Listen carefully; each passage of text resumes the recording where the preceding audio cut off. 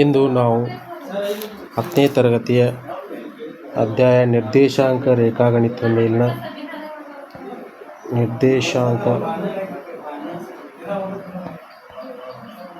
ನಿರ್ದೇಶಾಂಕ ಗಣಿತದ ಮೇಲಿನ ಸೂತ್ರಗಳು. ನಿರ್ದೇಶಾಂಕ ರೇಖಾಗಣಿತದ ಮೇಲಿನ ಸೂತ್ರಗಳು. ಒಂದನೇ ಸೂತ್ರ, x ಅಕ್ಷದ ಬಿಂದುವಿನಿಂದ ಇರುವ ನಿರ್ದೇಶಾಂಕಗಳು x, 0. ಒಂದನೇದು x ಅಕ್ಷದ ನಿರ್ದೇಶಾಂಕಗಳು x, 0. ಎರಡನೇದು y ಅಕ್ಷದಿಂದ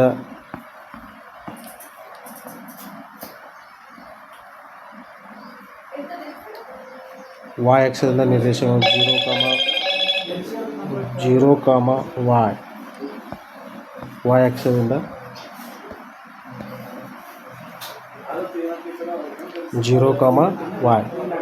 x ಅಕ್ಷದ ಮೇಲಿನ ಬಿಂದುಗಳು x, 0 ಮತ್ತು y ಅಕ್ಷದ ಮೇಲಿನ ನಿರ್ದೇಶಾಂಕ ಬಿಂದುಗಳು 0, y. ಎರಡು ಬಿಂದುಗಳ ನಡುವಿನ ದೂರ ಕಂಡುಹಿಡಿಯುವ ಸೂತ್ರ. ಮೂರನೇದು, ಎರಡು ಬಿಂದುಗಳ ನಡುವಿನ ದೂರ ಕಂಡುಹಿಡಿತಕ್ಕಂಥ ಸೂತ್ರ. ಎರಡು ಬಿಂದುಗಳ ನಡುವಿನ ದೂರ D =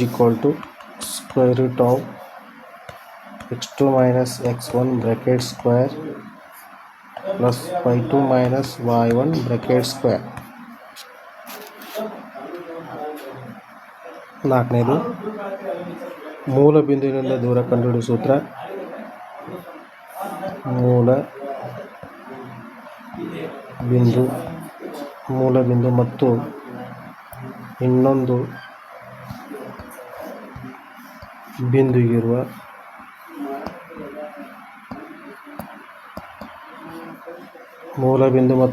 ಬಿಂದುವಿಗಿರುವ ದೂರ ಕಂಡುಹಿಡಿಯುವ ಸೂತ್ರ. ದೂರ D =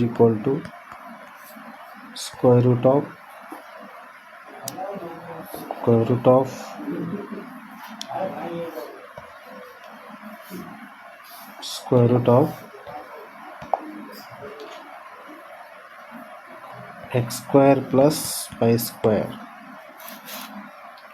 ಐದನೇದು, ಮಧ್ಯಬಿಂದು ಕಂಡುಹಿಡಿಯುವ ಸೂತ್ರ. ಮಧ್ಯಬಿಂದು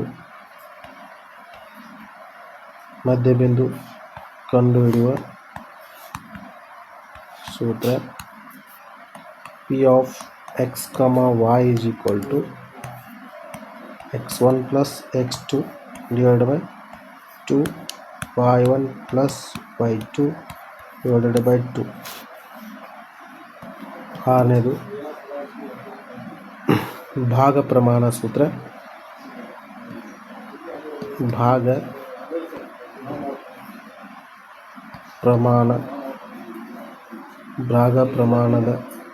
ಪ್ರಮಾಣ ಸೂತ್ರ P of x, y = m1 x2 m2 x1 / m1 + m2,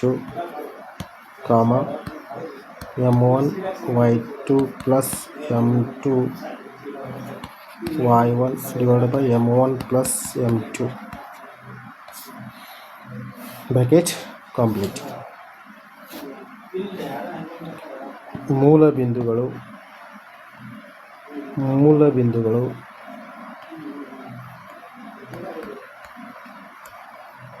0, 0 ಆಗಿರುತ್ತವೆ. 0, 0 ಆಗಿರುತ್ತವೆ.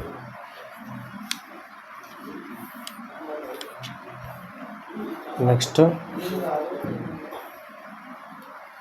ಇನ್ನೊಂದು ಸಲ ರಿಪೀಟ್ ಮಾಡ್ತೀನಿ ನೋಡಿ. ನಿರ್ದೇಶಾಂಕ ರೇಖಾಗಣಿತದ ಅಧ್ಯಾಯ ಮೇಲೆ ಬರ್ತಕ್ಕಂಥ ಸೂತ್ರಗಳು. x ಅಕ್ಷದಿಂದ ದೂರ ಕಂಡುಹಿಡಿತವೆ. ಎಕ್ಸ್ ಅಕ್ಷದ ಮೇಲಿನ ಬಿಂದುಗಳು. ಎಕ್ಸ್ ಅಕ್ಷದ ಮೇಲಿನ ಬಿಂದುಗಳು ಎಕ್ಸ್ ಕಾಮ 0. y ಅಕ್ಷದ ಮೇಲಿನ ಬಿಂದುಗಳು 0, y.